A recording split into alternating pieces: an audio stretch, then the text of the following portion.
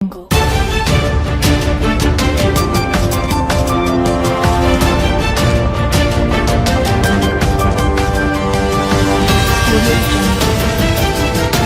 नमस्कार, आज तक 24/7 में आपका स्वागत है।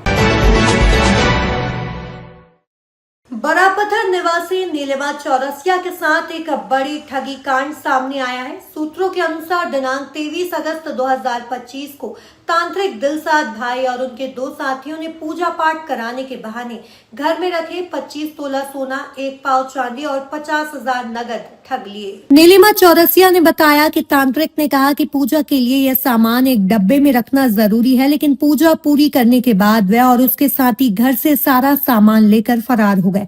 पीड़िता ने तत्काल घटना की शिकायत थाना प्रभारी किशोर बावानकर को दी। पुलिस ने मामला गंभीरता से लेते हुए एसआई राहुल काकौड़िया के नेतृत्व में एक टीम गठित की और आरोपी तांत्रिक की मोबाइल लोकेशन रुड़की में ट्रेस की गई। सूत्रों के मुताबिक टीम ने नीलिमा को फोन पर बताया कि तांत्रिक की लोकेशन एक मुस्लिम बस्ती में है, जहां जाकर गिरफ्तारी मुश्किल है। इसके बाद टीम बिना कार्यवाही की सिवनी लौट आई। आज दिनांक तक इस मामले में कोई ठोस कार्यवाही नहीं की गई, जिससे पीड़िता ने उच्च अधिकारियों से निष्पक्ष जांच की मांग की है। लास्ट लोकेशन में जहाँ सिवनी की टीम पहुंची थी, उसके बाद आपको क्या बताया गया? उसके बाद उन्होंने मेरे को बताया कि मैंने कहा भैया क्या हुआ, तो बोले हम टीम गाड़ी का पीछा कर रहे हैं, ये कहते रहे। और फिर बाद वापस आके उन्होंने ये कहा कि वो मुस्लिम एरिया था, मुस्लिम बहुत कट्टर होते हैं, वो तो वहाँ घुसना मुश्किल था। वहाँ पुलिस वालों ने हमारी हेल्प करी, लेकिन वहाँ हम घुस के नहीं जानकारी ले पाए कुछ भी, ये कह के उन्होंने टाल दिया। फिर मैं 2-3 बार बावनकर जी और इनको फ़ोन करती रही, जिसके मेरे को कोई संतोषप्रद उत्तर नहीं मिल रहा था। फिर मैंने 8 से 10 बार सीएम हेल्पलाइन में भी डाला, लेकिन सीएम हेल्पलाइन से भी मेरे पास कोई रिस्पॉन्स नहीं आई। मैं जन सुनवाई में गई, छिंदवाड़ा में भी कॉपी देके सभी लोगों का कहना था कि इनको अपडेट दीजिए। मुझे अपडेट नहीं चाहिए, मुझे तो रिजल्ट चाहिए, वो ठग पकड़ के चाहिए कि जो आज मैं उनके द्वारा ठगे गई तो मेरे जैसी और महिलाएं ना ठगें। और उन्होंने स्पष्ट कहा है कि वो गोल्ड आपका पुलिस वालों के हाथ में है, आप पुलिस वालों से ले लें। तो क्या सही में पुलिस वालों उनसे वसूल कर कर ले आई है, या उन्हें भागने में उन्होंने पुलिस वालों की मदद करी? क्योंकि 3 दिन में रुड़की पहुंचे, 3 दिन का टाइम बहुत होता है। तो मैम, आप अभी उच्च अधिकारियों से क्या मांग चाहते हैं? मैं यही चाहती हूँ कि मेरे को या तो मेरा गोल्ड वापस करें, यदि लेकर आए हैं तो, और नहीं तो वो ठग को पकड़ कर लाएं कि उन्होंने मुझसे ऐसा कैसे बोला। मैम, जो ये दिलसाद भाई जो तांत्रिक हैं, इनके द्वारा आपके साथ ठगी में क्या क्या चोरी की? उसमें 25 तोला गोल्ड था। जी। उन्होंने पूजा में रखवाया था कि 250 ग्राम आप सोना रखिए, 250 ग्राम चांदी रखिए, और कुछ बोले आप ऐसे ही सिक्के कैश के डाल दीजिए। तो मेरे पास संतान सतमी के चांदी के चूड़ा जो कि 450 ग्राम के थे, और 250 ग्राम सोना था, और 50,000 कैश रखा हुआ था। ये पूरे रकम और सोना चांदी की ठगी करके वो फरार हो गए। जी, वो पूरा लेकर फरार हुए।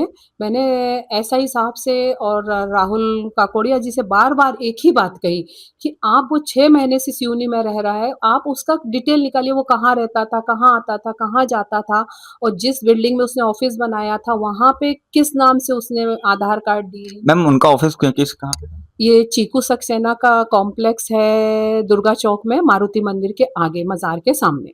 वहाँ पे उनका ऑफिस? उनका अच्छा खासा ऑफ़िस था, और मेरे अलावा वहाँ और मैम, भी लगभग कितने समय से ऑफिस रहा होगा? करीब, मैं तो उनसे टच में मई से आई हूँ। जी। जब से आप आ रहे जा रहे थे, उनसे मई से कांटेक्ट मैं में थे? 2 ही 3 बार गई हूँ, वो भी मेरे यहाँ 2-3-4 बार। बस उन्होंने पूजा मुझे सिंपल बताई, पर ये जो किया तो बस अचानक आए कि भाई पूजा चल रही है, डब्बे में गोल्ड रख के, तो बस आकर अचानक बस वॉशरूम के बहाने अंदर गए, और वो डिब्बे में से कब निकाल लिया समझ में नहीं आया मुझे। और उसके बाद आपको डब्बे में कुछ नहीं मिला, और सब उसके बाद खाली? मैंने 2-3 घंटे बाद वो डिब्बा उठा के रखना चाहा तो देखा तो उसमें कुछ नहीं था। उसमें 3-4 चांदी पीतल के कड़े डले हुए थे, उसी वज़न के, जो कि पुलिस ने जब्ती बनाई है। जी मैम, आपके साथ क्या घटना घटित हुई? मेरे साथ में चोरी और ठगी का मामला था, और ये किस दिनांक को हुआ? ये 23 सितंबर की, सॉरी 23 अगस्त शाम 6 बजे की बात है। और वो लोग कुछ पूजा-वूजा करने के बहाने से आए थे, और पूजा का नाम लेकर मेरे यहाँ से 25 से 30 लाख की चोरी का मामला है, जिसको हैंडल मैंने तुरंत थाना कोतवाली में जानकारी दी, जिसको थाना प्रभारी किशोर बावनकर जी हैंडल कर रहे थे। और जैसे ही हम पहुंचे तो उन्होंने सभी पुलिस अधीक्षक और जो भी उनके हेड थे उनको पुलिस फ़ोन करके बुलाया, जिसमें पूजा पांडे मैडम भी आई और दीपक मिश्रा भी आए, जिन्होंने इस चोरी को छोटी बताकर 8 लाख की एफआईआर लिखने को कहकर 10 मिनट में हमको थोड़ी बातें सुना के और जो भी बात करके चले गए। और इसमें मैं बार-बार कहती रही कि मेरे को एक बार गाड़ी का पीछा करने दीजिए, पर उन्होंने मुझे 4 बजे तक सुबह वहाँ बिठा के रखा, एफआईआर लिखने में विलम्ब किया। उसके चलते वो लोगों को भागने का पूरा पुलिस वालों ने मौका दिया। कोई भी कोशिश नहीं की। लखनादौन में भी उनका वीडियो आ गया 9 बजे कि यहाँ से ये गाड़ी निकली हुई है। लेकिन मैं बोली हुई कि आगे आप सारे टोल पे नाकेबंदी करिए और गाड़ी कैश पे जा रही है, फास्टैग उनकी गाड़ी पे नहीं है, नंबर भी है, तो ये गाड़ी को रुकवाइए। फिर थाना प्रभारी द्वारा क्या कार्रवाई की गई? उन्होंने कहा कि हम कर रहे हैं और आप मत जाइए गाड़ी लेकर।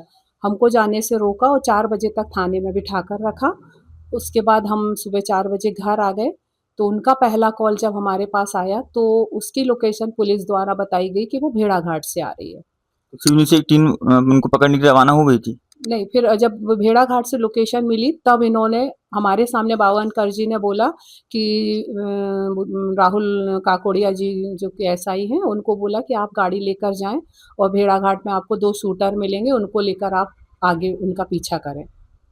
उसके बाद क्या हुआ? फिर उसके बाद वो गए और फिर थर्ड कॉल उनका फिर आया मेरे पास। उसकी लोकेशन बावनकर जी जो द्वारा बताया गया कि सागर की है। लास्ट लोकेशन कहाँ की बताई गई? उसके बाद से थर्ड लोकेशन उनकी दतिया और झांसी की आई और लास्ट लोकेशन सहारनपुर और रुड़की बताई पुलिस द्वारा। अब एग्जैक्ट मुझे नहीं पता, पर उसमें जो लास्ट कॉल आई थी उसमें उन्होंने मुझे धमकाया कि आपने पुलिस वालों को हमारे पीछे लगा के ठीक नहीं किया है, पुलिस वाले आपका सोना हमसे ले गए, अब आप अपना सोना पुलिस वाले से ले लें। मनीष बघेल की रिपोर्ट।